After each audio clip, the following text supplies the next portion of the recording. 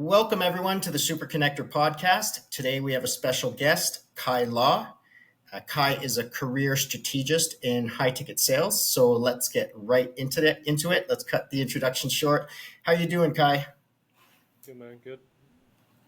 Excellent. Excellent. So could you just give the audience a little bit of a background about what it is you do and when you got into the high ticket space and also why you decided to get into this career strategy arena? Yeah. Steven, I've been involved in sales, digital marketing, account management for the past decade, over a decade now. High ticket, I was kind of going for a mid-career crisis, let's say, in Okay. February, and I decided to jump into a program.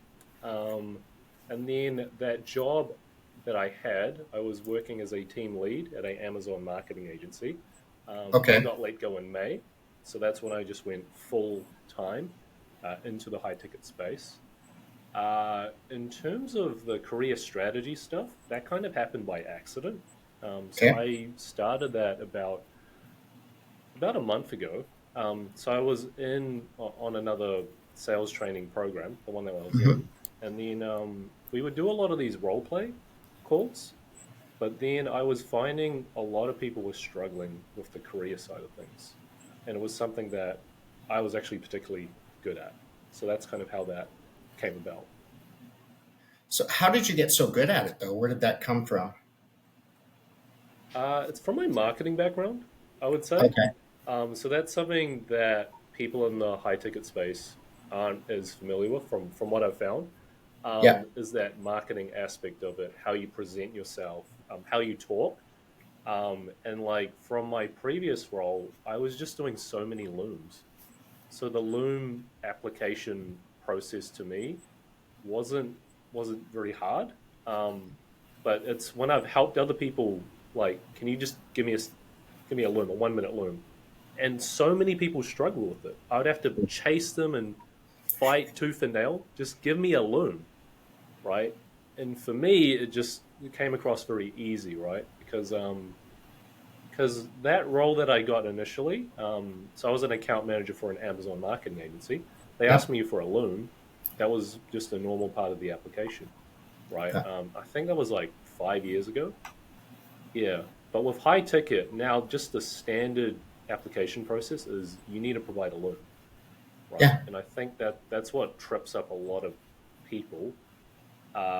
Is just doing a loom in the first place. They just hesitate. They get this anxiety of doing a loom for the first time. But for me, I've used it not only just in like job applications, but in SOPs, like long processes where I talk on a loom. It has to be clear, articulate.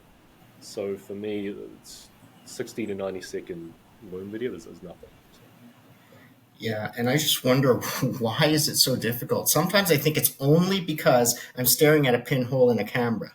Like if I was actually yeah. talking to someone and I didn't have to look at the camera, then I'd be fine. Because I run Mm. podcasts all the time. But for some reason, doing a Loom video, I have that Loom anxiety that you actually talked about. And I have to record 100 of them before I get it right. So, can you tell me more about that Loom anxiety that you were telling Yeah, me yeah, about before? that's a term that I kind of came up with is like loom anxiety, right? Yeah. Yeah, it's oof. Yeah. So the way I've kind of like helped people with it is I've pretended to be them applying for the role and showing them how to do the loom, right? So it kind of started off of like, okay, can you show me your loom first? I'd look at it, I'd give them a couple tips, and then I would share what my loom would look like. And then it would kind of intimidate them. They're like, oh crap, I have to do it like that. Yeah. Right. So what I've found works is that I do it for you, and then you kind of just replicate it how I do it. Another way that I've kind of helped people with it is like I have a particular framework on how to script out the loom because Yeah. most people they just blab on for 60 seconds without any structure, and that increases the level of anxiety, right? But if you kind of structure it in a simple way, that comes across well to the person watching the loom, as well as you delivering the loom. Yeah, if that makes sense. And this is something that exists, I mean, across so many people, so many different industries, but I think it's just a lot more prevalent in high ticket sales. I'm not quite sure why, maybe because they haven't worked in the corporate sphere that much and have had to do looms before.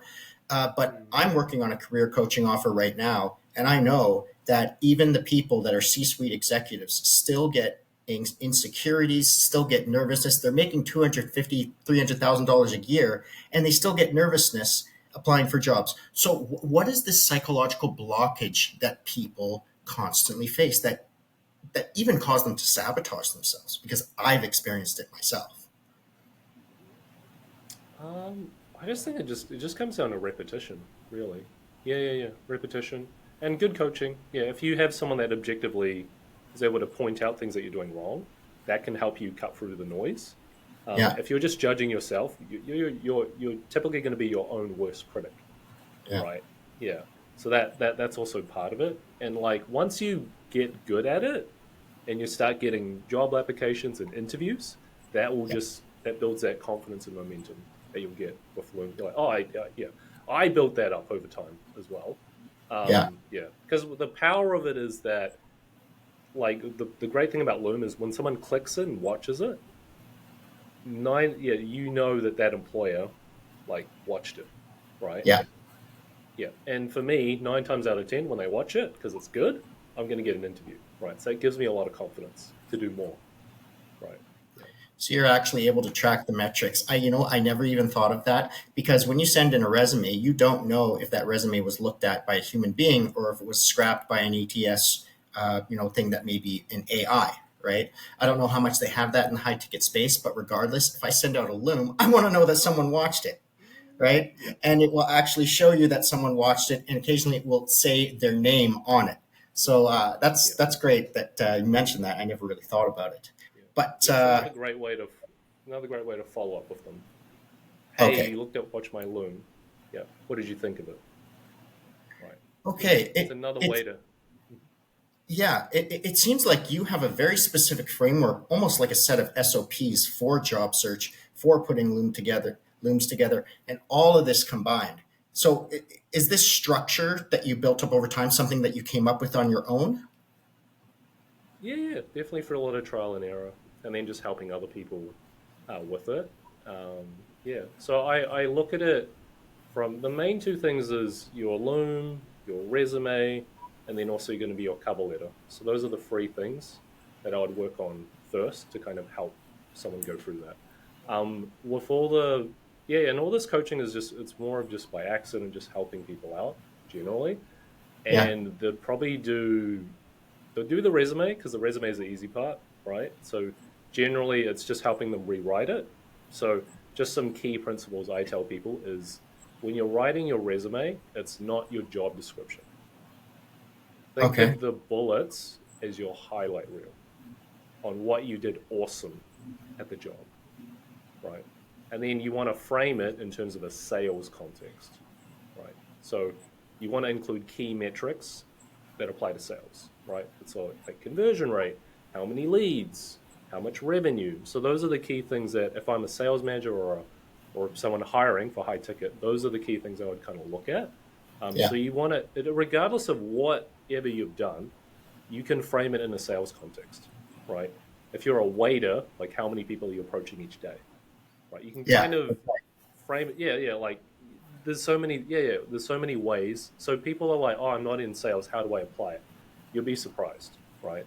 So yeah. So this is kind of that's that resume side of things, right? And then most people that I've seen, like their resumes, just I get bored looking at them. yeah, So if you get bored looking at it, what do you think the person is going to be reading it is going to think, right? It's just lines and lines of just dribble, right? So and I tell people just keep it very simple, just one page, yeah, right? One page, and just keep your relevant experience towards sales, right? People put their entire work history on a resume, and it's 4 pages long, right? The reality is AI is probably reading your resume, not someone from HR, not someone from HR. Yeah, yeah. yeah. And in the high Just ticket space, do you think it's quite similar? Do you think people are using AI devices to actually go through resumes, or do you think they're checking them yeah, themselves? yeah. Really? Well, if you do a loom, you really do cut through the noise, and then that will prompt them to read your resume. Okay, Hmm. I see. So, can you give us like a bit of an example of people that you've worked with already? Because I know that this is quite new for you in terms of starting a business, I believe, right? Yes. But you are here, and we have the links down below for anyone that is looking for a career strategist to help them find work in the high ticket Hmm. space, so they can get a hold of Kai.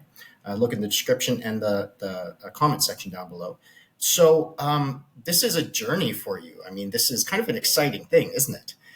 Yeah. Now, how long Well, have you been in the high ticket space before you actually started to do this? so February is when I joined the program, Yeah, right? So a misconception I had was like all the best off. Well, most of the high ticket spaces operate in the US, and there is no other existing market, which was dumb, right?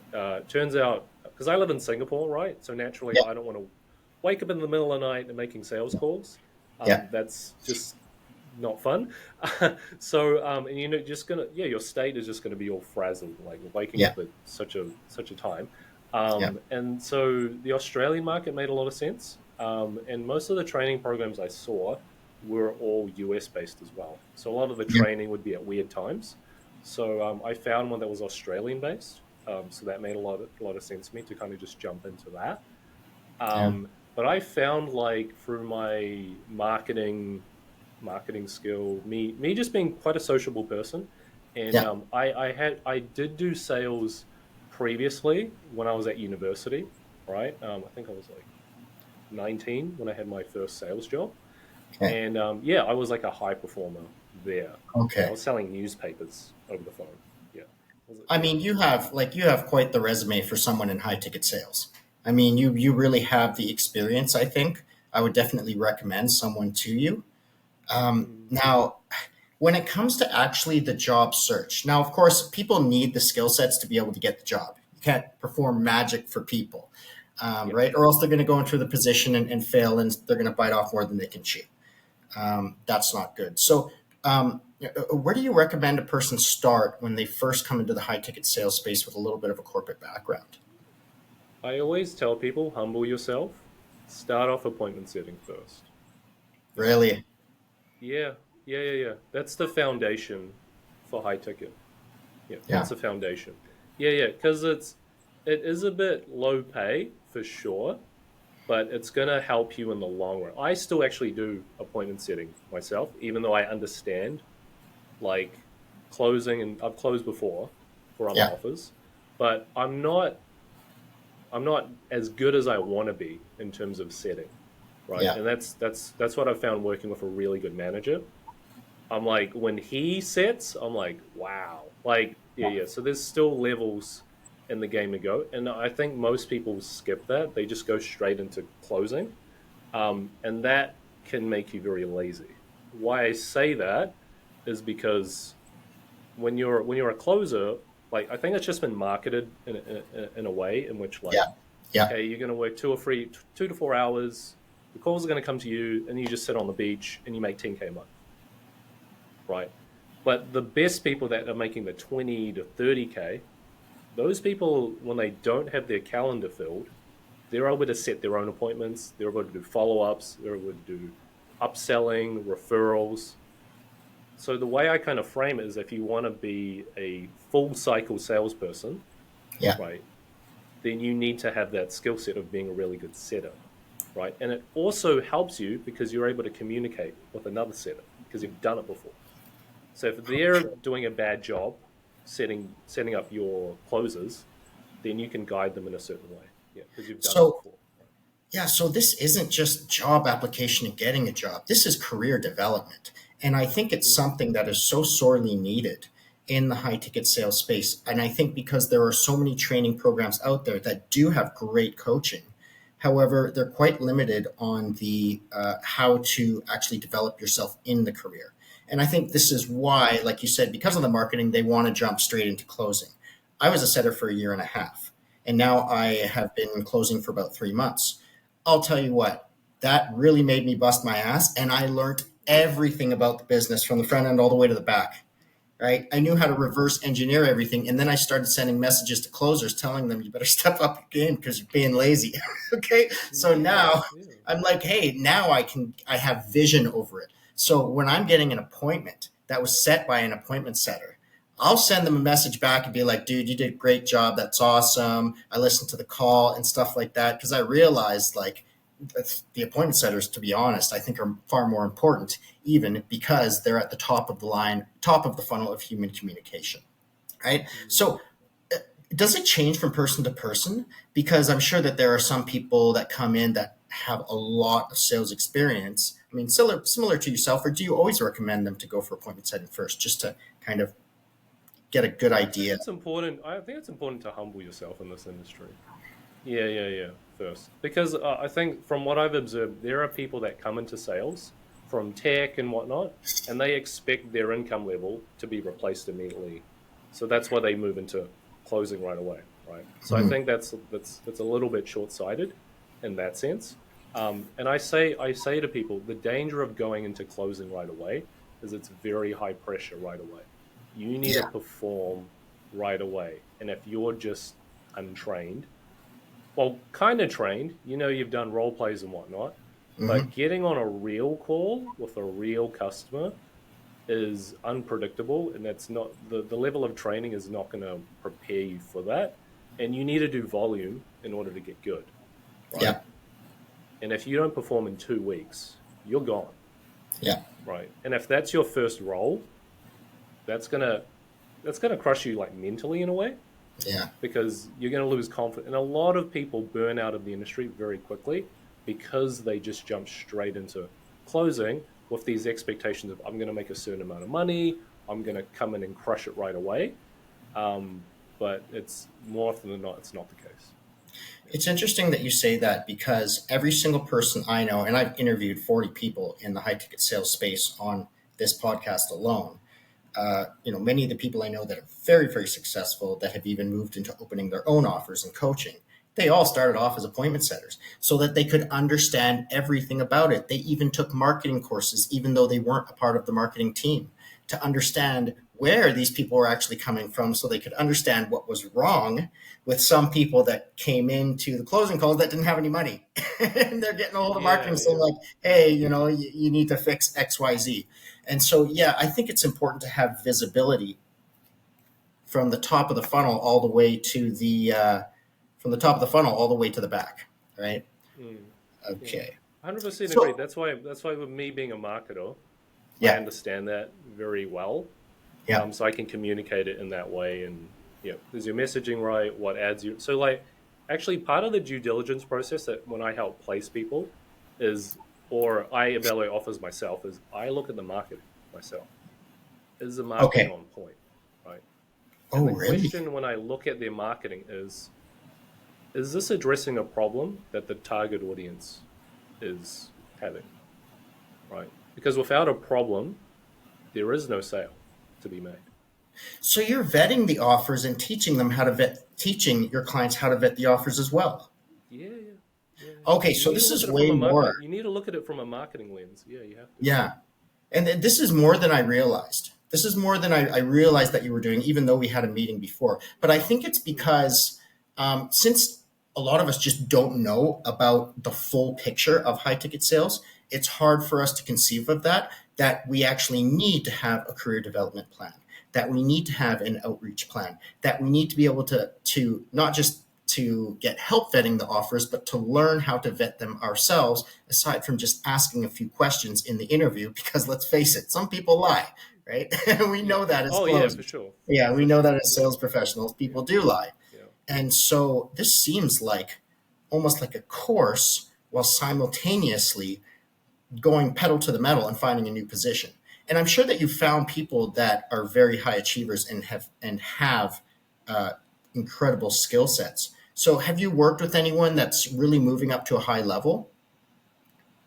Yeah, yeah. I've certainly met people that are capable right away, and they've moved straight into closing, Yeah, right? And they've made that 10K, but that is a very rarity, yeah, right? It's a rarity. right? And I've noticed he's lazy. He even told me himself, like, yeah, this is kind of easy. Because like if you're on the right offer that hits well and you have that closing skill set, because he came from like real estate, so Yeah, he had that natural charm and whatnot, so he did yeah, well. Yeah, so that translated well. But for him to move to that next level, that 20 to 30K tier, he's kind of stuck. yeah, He doesn't have that setting skill set, so he'd struggle to fill up his own calendar. yeah. Right? Yeah. Mm. It's just so interesting because what I have noticed in high ticket sales, like from being a closer, um, you will see the OTE posted, the on target earnings posted, and I usually type 0.66 against what they say, right? Yeah, yeah. 66% is just a rough estimate, and I So think that's a little bit more accurate. part of so I also teach people how to interview well, right? Yeah. So I've Okay. had a lot of success with it. So when I think I so I lost my previous appointment setting role, right? And then Mhm. when I started applying again, I had 3 offers on the table, and I closed them all on that interview, right? Wow. Yeah, yeah. So I got the offer, right? So part of it is you need to interview them, vet them on the interview, right? And like 3 questions that I ask to kind of help verify whether the offer is good or not Yeah. is so what is the top closer making? What is, or if you're doing appointment setting, what is the top appointment setter making? Yeah. Right. And then so you know what the top is. Okay. So you know the earning potential, right? So then the OTE is it real or not? You can ask them straight up, right? Yeah. And if they lie, you'll develop a little bit of a BS detector over time, Yeah. right? Yeah. So that's the top end. And then the low end, I was like, oh, what is the lowest person making? Right. So you have a range between who's a top performer and who's a low performer, right? Mhm. And then a follow-up question to that is, okay, so I asked them, okay, so what is the top person doing that the bottom person isn't doing? Oh, wow. That's a great question because now Yes, they have to take accountability in their leadership position. yes. What are the And you also responses know, like? and you also know when you come in what you need to do to get to the top, right? If they don't know, that is a giant red flag too, for sure. Yeah. Yeah, So this is yeah. So part of the interview, it's not just a one-way interview. It's you also interview them. So this is what I help people with. that's interesting because I developed my own question once when I was doing interviews. And the one thing that I would ask is I would find out a little bit about who's working there because we're in a small industry and I do know a lot of people. And I would say, I noticed that this person is making this much amount as a closer and appointment setter. How is he doing what he's doing? Because I want to be able to do that. Right. And then Yeah. I thought that it would make me look like, oh, I'm really gung ho. I want to get going. So it's interesting that it's kind of a similar, maybe it's a little bit of a similar question. It's So I do more like that. direct. You'll cut to the truth more quickly. Yeah. Yeah. Yeah. And I noticed that's one thing that we talked about when we talked about last. You're very direct. You really don't like to beat around the bush and you don't like a lot of wordy stuff. And I Mm. think that that has a much greater impact during interviews and on the Loom call, doesn't it? Yeah.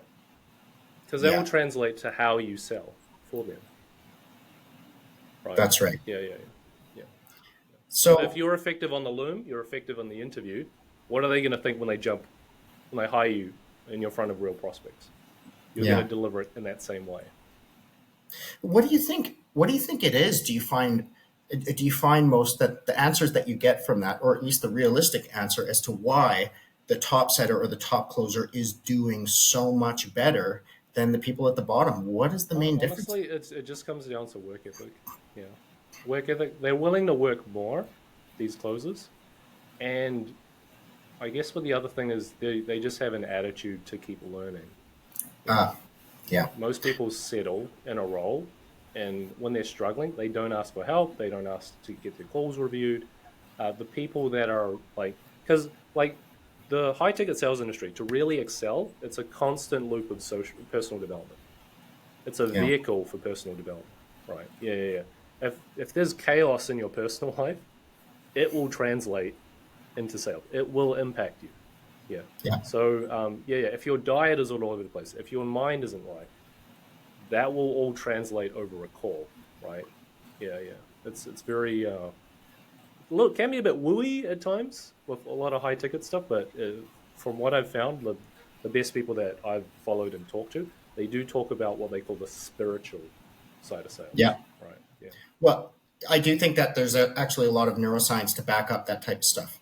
And I think that you have to go into a situation with the belief that you are the right person for that position. If you have the belief that you are not, I mean, it's just far less likely that you're going to get it. I don't think it's woo woo. I think it's Mm. strictly confidence because I have found some people that are just not very skilled at all, but they're just so bullheaded and they just believe that they're incredible Yeah. that they just Yeah. sell, right? Yeah. And but to be honest, I mean that does have to do with attitude, and I think a positive attitude is extremely important. Yeah. So what are Yeah. some?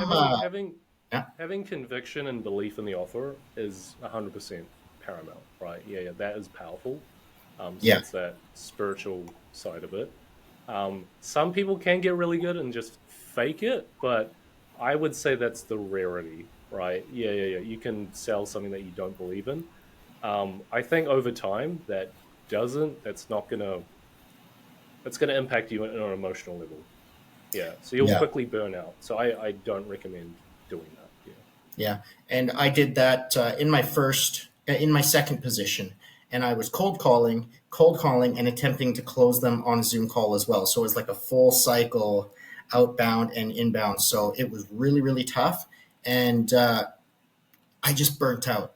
And then I started second guessing myself, saying, "Is sales for me?" Because I would even talk to some jerks on the phone, saying, "I don't think this is for you, bud."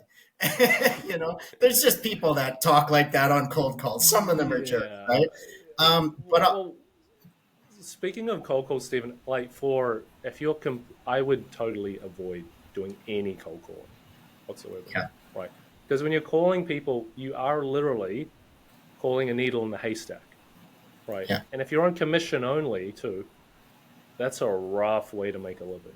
Yeah, oh yeah, you could potentially not get paid, right? yeah, And it can be a very grindy. You probably your metric is probably going to be $200 a day minimum, yeah, and most of the people that you talk to have no idea who you are, who your company is, and you're going to get a lot of rejection. Like if you want to develop thick skin, then do it for 3 months yeah, minimum. It will harden you up in the long run, right? But yeah, but generally, I recommend you get on an offer where they have warm leads. So that comes down to the marketing that I was mentioning before, right? So if the marketing is good, then the person already has a problem that you can yes, kind of open them up and talk to them with, right? Yeah. So yeah. yeah. Yeah, because as a closer, whenever I have people jump onto the call and just say, "Okay, so what is this call about again?" I'm just like, "Oh my god, my head's about to explode." Yeah. They're like, "How many sales calls do you book with random companies to the point where you don't even know the call that you're coming on?" I was working on an AI offer, and a roofing company owner came on and said, "Oh, is this the AI that's supposed to get me customers?" I'm like, no, no, that's not what it is. We're not in the roofing industry, right? So Yeah. a proper funnel, I think, is important. And it's interesting how you said there needs to be a problem that needs to be fixed because if people don't come in, they can see a solution, but it's not for them because they don't actually have the problem. So one big thing that I do notice is that company culture is so important for me. Like, I'm in a great company right now. We just had a meeting yesterday and we started talking about gratitude and the stuff that we were grateful for in our life. I came out of that meeting feeling great, because it's Yeah. Thanksgiving Day right now in the United States. So we had that sales meeting yesterday and I thought, oh my God, I'm just so lucky that I'm able to be in a work culture like this because my offer before that was completely the opposite. So, do you also help people with that, kind of match them with the right type of work culture as well? I think that can be an important part of it. That can be, but it's more of the vibe you get from the interview, right? Really? You'll get a sense of the company culture, right? Especially if you're talking with the founder Yeah. specifically. If you are skeptical of it, then yeah, you can certainly ask them, "Can I speak with someone from your company?"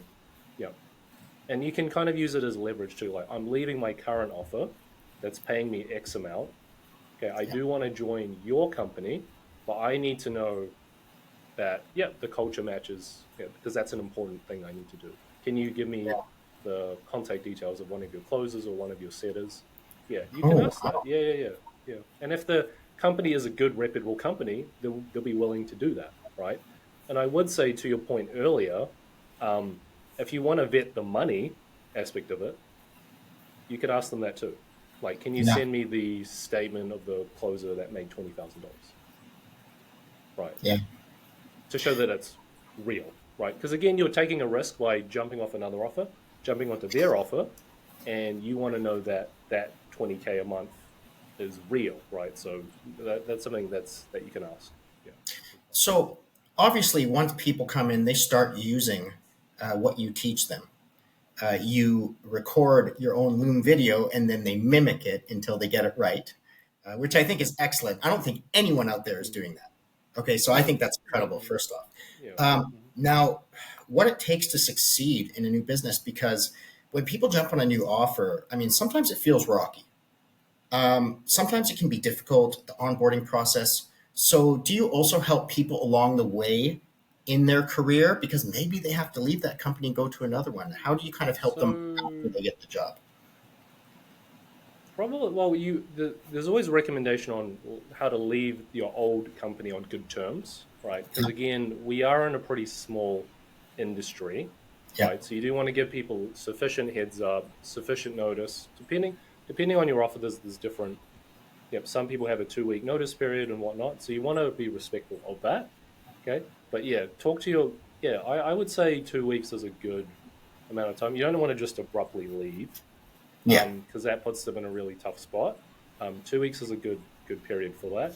Hmm. In terms of like, so part of what I offer is like a 90-day success blueprint for when you jump on a new offer, Okay. right?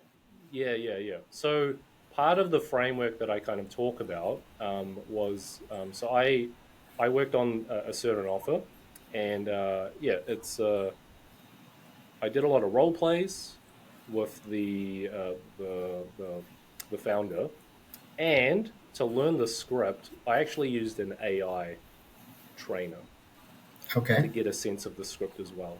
Yeah. So that helps speed up the process of me getting ready to jump on the phone. And the first day I jumped on that offer, I broke a company record. Wow. I had 10 appointments on the first day, and they were just shocked. Right. Yeah. But that's because I did all that prep earlier.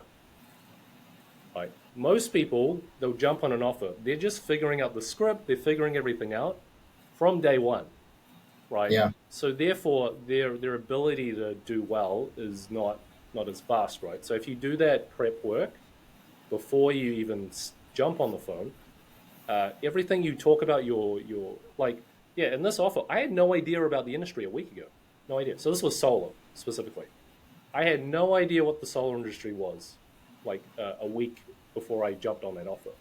Yeah. So it was me getting that script, me listening to recordings of other people doing it, getting feedback during the role plays, me role playing with the AI, right? So I would use ChatGPT, create like a custom avatar for like the like a one of the most common avatars in that Yeah. in that industry. So that really helped me get a real understanding of the problems in the industry, the type of customers that I would deal with.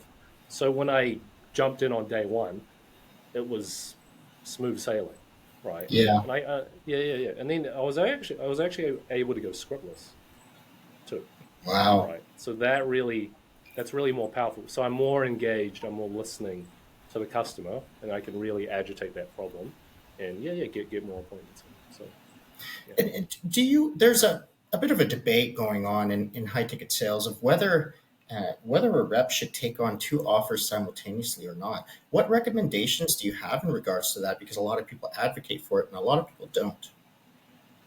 Well, it depends if you want to maximize your income, right? Yeah, because there's going to be some limitation to you being on one offer where maybe you're not getting enough lead volume, you're not making the kind of income that you want.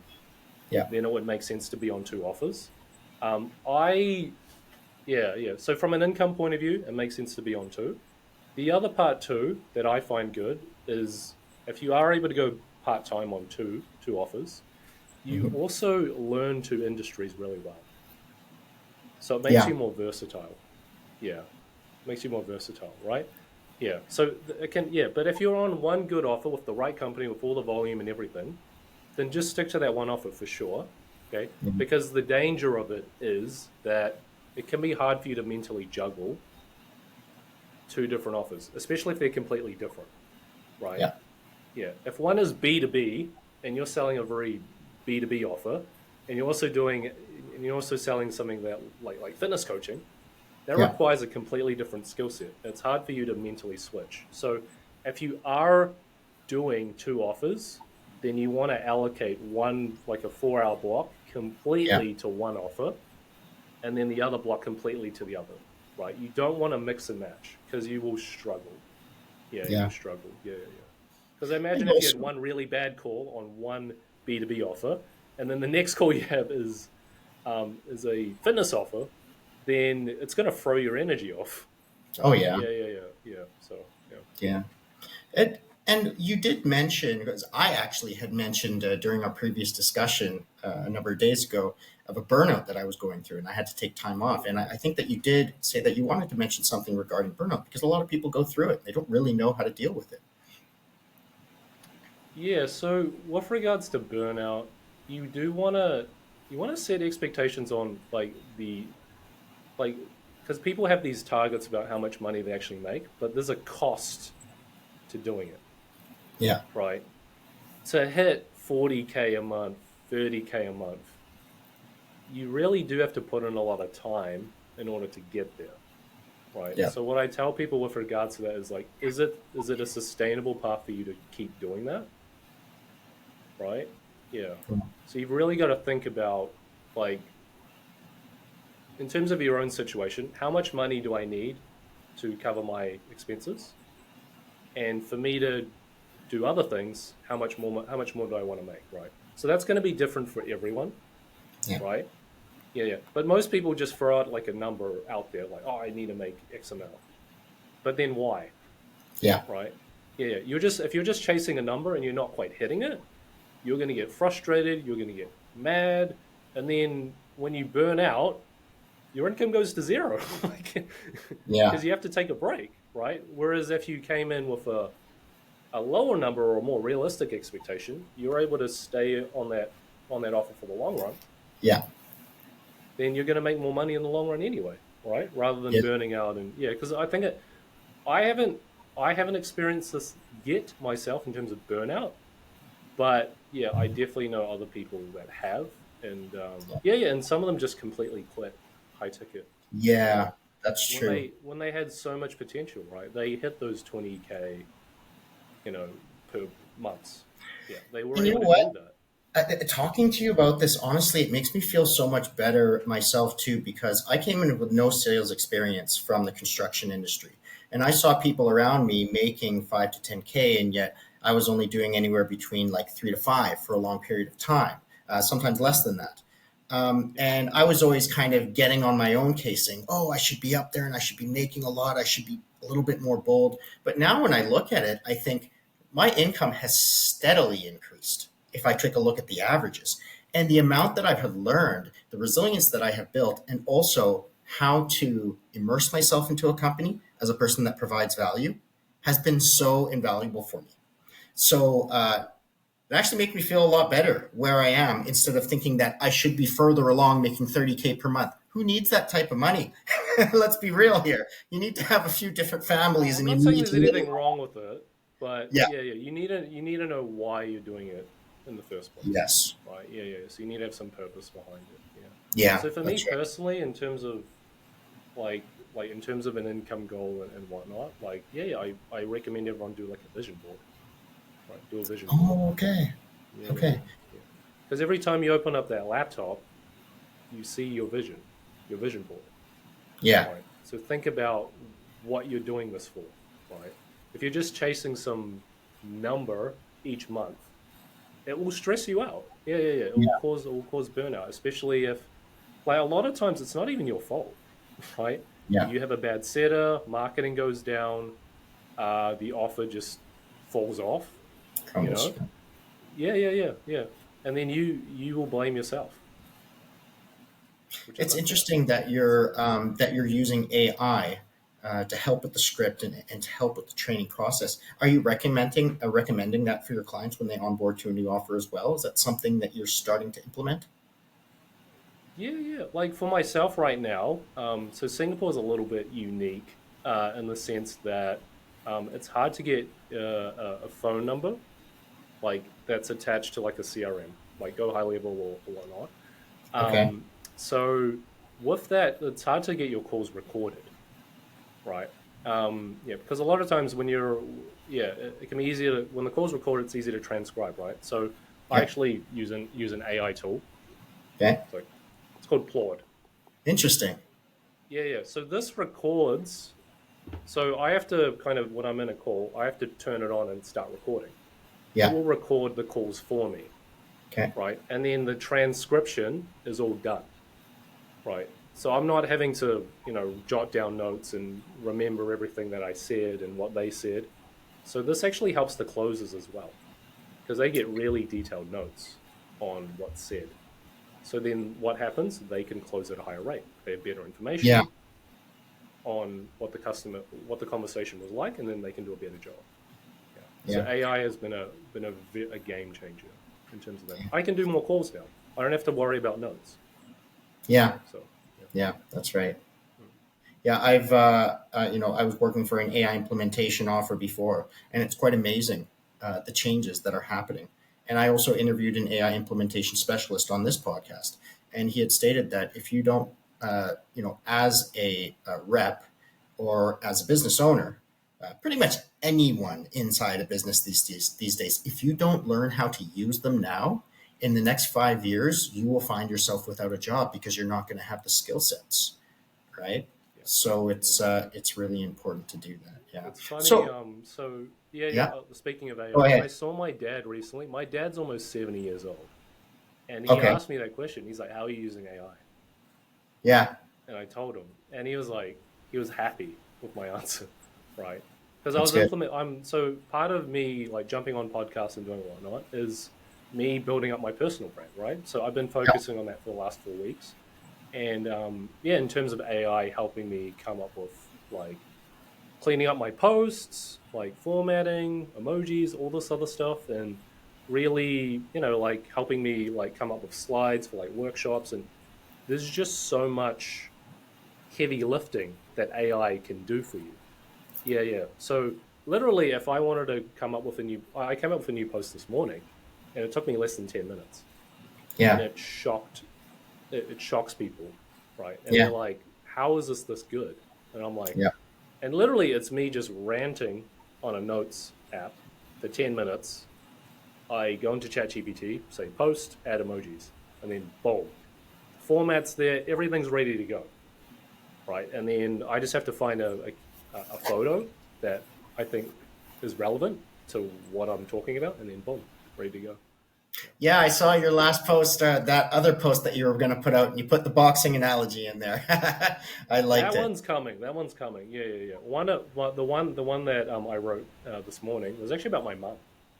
Oh, My mum is my first sales mentor. really? Yeah, yeah, yeah. My mum is Interesting. a tough, Interesting. stubborn Asian woman. Yeah. So well, so it's like anything that I wanted. So like I have like youngest sibling syndrome, right? My brother, he got it easy, right? Anything he wanted, my parents gave to him. Me, it was a complete opposite, right? So this is where my sales training really came in. Anything that I wanted, I need to plead, I need to beg, I would go get rejection after rejection, right? As a child, growing up Yeah. all the way. And Yeah. then when sales came, I was like, oh, yeah, I've dealt with this rejection before from my mum. So Yeah. yeah, she's a tough cookie to crack. So yeah, she really taught me a lot in that sense in terms of sales. So when it comes to either looking for new positions when you don't have one, or looking to jump to another or move in a different direction in high ticket sales, how do you implement networking? How do you teach networking to your clients? Networking, so that you've got to look for where the business owners are, right? So me starting my personal brand was actually me saying, I want to get on the best offers. And the best way to do that is if they know who I am already. Yeah. Yeah. Yeah. So that's part of it. It's I would say, yeah, add business owners on LinkedIn, on Facebook, get in front of them. And if you're able to share what you're learning throughout your journey, that just shows that you know what you're talking about, right? So even before they jump on the call with you, if they've read your content, they know that you're competent already. They know what you're talking about, right? Yes. And that's going to increase the chances of you landing an offer or landing an interview. Because the secret to high ticket in terms of job offers is that it's your network. Yeah, yeah. Most of the best offers are just passed around through networking first before they even hit a job board or any anything like that. Yeah, it's all going to be first of all like, oh, do you know anyone? Oh, I know someone. Yeah. That's how the job typically gets filled, right? Or Yeah. they post on their social media or LinkedIn or Facebook like, I'm looking for X, Yeah. right? And the reason why I called this podcast the Super Connector is because Super Connector is the name of a book written by two fellows in the United States that started the Young Entrepreneurs Network, and it was really for networking because I wanted to reach out to high value people and I wanted to present myself and just offer value to people. And look at what it became. I was able to just provide so much value to people that I get into like a sales school and I jump on a role play with someone and he goes, "You're Steven. You're the guy on all the podcast episodes." Just like, "Oh, really? I'm famous here?" Yeah, But it's gotten to the point where it's like, I know people on your side of the world too. Many people that have just done incredible, hitting $50,000 months. It's truly amazing what can be done in the high ticket sales industry. Once you're ready to put in the work, really that's what it is, the consistency, the work ethic, and a good attitude. It's truly amazing what can happen. yeah. For me, I've just been building it for 4 weeks. So my Facebook is at 1,200, my LinkedIn's at 1,400. It's just posting content consistently, and yeah, offers just come to me now. Yeah, yeah, yeah. Which is why I'm like helping other people connect to offers because I can't take all of them. I'm only one person, right? But if you're Oh, good, then I yeah. can help. Yeah, yeah. So I've been helping connect people, yeah, that I know that are on my network, and then yeah, it's a win-win situation, right? Yeah. So yeah, I try and create. So Oh, having that's a powerful perfect. network allows for that. Yeah, because I've seen your posts and a lot of your stories are very intriguing. And I think the way that you structure them, the way that you structure your posts are very good. And a lot of people just don't know how to do that. I was never particularly good at doing that. That's why I wanted to do the podcast. But I know that there is an art and a science to it. For example, if you have too many conflicting ideas or have irrelevant information, business owners will look at it and they'll say, well, "This guy's not really in the niche that we want to be a part of. I don't know if he's going to, Yeah, be interested in that." yeah. So, do you have kind of a coaching surrounding that, building a person's personal brand, how to build it up So and become visible in front with business so owners that specifically? would probably be another course. Yeah, yeah, later on because it's a bit more nuanced with that. Yeah, Um, I do help people with like, yeah, just cleaning up your LinkedIn profile, making it very presentable. And I do yeah, help people if there are specific companies that you want to work for, then how do you contact them directly in the right way? yeah, That's what I help with specifically, right? yeah. I would definitely recommend you to do it. I can see you being very successful in this. I think a lot of people watching this, and I'm going to post it on Facebook and post it on your Facebook and everywhere, Yeah, are just so in need of this because they know that there is so much money out there to make. They know that there are so many opportunities, but they don't know how to get in front of the right people. They're incredible sales professionals, but they don't know how to just get in front of someone to sell themselves. mm, Like for example, I the other day I had someone contact me, and he sold 8 million in high ticket sales, and he's like, my other company just kind of crumbled, and I mean, you're the super connector. I know you. You're a connected guy. I introduced him to about six different people. He had a position the next day. But the thing is that he didn't have that network at the time, or he didn't have the network to really get into something that he wanted, right? But it's just amazing if you have the right formula and the right recipe you get in front of the right people, and you get the job that you're really looking for. And it seems like that's what you really provide for your clients. Yeah. Because once you figure out how to do it the first time, you level up your skills, and then you can jump on another offer and another offer, right? So you're just paying me this one-off fee to help you start, but once you know how to do it for yourself, you'll print money because Yeah. you'll get on better and better opportunities, better offers, and you're just gonna it's gonna yeah, it just makes a lot of sense. Oh, because I've met people on offers, and they are rare, but they have great work ethic, great attitude, and they're making like 6K a month. And I look at them, and if they were in the right offer, they would be making 30, no doubt. And they might not even have to be working overtime. They might only have to do 8 hours a day. It's just on the right offer with the right ticket price. I think specifically like So 25,000 and up. there's two specific people that I help when I think about it. It's like if Yeah, you have existing sales experience, how do we frame that in a high ticket context, yeah, right? Yeah, and combine that you have a little bit of sales training from high ticket, you can translate those skills into high ticket. So that's one bucket of people that I help. And the second bucket is the person that you were just talking about, right? Someone that is good. They probably don't even know it. They don't know how to market themselves to convey their value. yeah, Those are the people that, yeah, so it's two buckets. So people that have existing experience, and the second is people that are on bad offers that, yeah, they've kind of, and in some ways resigned themselves to like, oh, this is what I deserve, right? yeah, Yeah. So those are the people that I would kind of help. I can kind of help them like, no, like you've got a lot of good roots. We just need yeah. to plant the right seeds and help you, help you find that right offer. Because, like, honestly, the right offer, they can double their income literally Absolutely. overnight, easily. Yeah, I've seen that a lot of times. It is amazing because I saw a post the other day, and I was working as a setter about a year ago on an offer, and I would constantly set appointments, and a lot of them would go to this one guy, and he was just great at closing. And every time he would send me a message, be like, "Man, you sent me another great set again, man. I love it when you send guys." They even mentioned you on the call, and that was about 9 months, a year ago, and I just saw a post from him, the leaderboard. The second place had 140,000 cash collected. He had 460,000 cash collected by working 12 hours a day, 31 days in a row. And I mean, that's just, when you get that high, you're getting like 12, 15%. So I think he made 62K that month. And it's possible. And I think that it's like Christian Jack, someone I've interviewed on this podcast Oh, and someone you know. I think yeah. you've taken a look at his school. He always says your goals are closer than you think.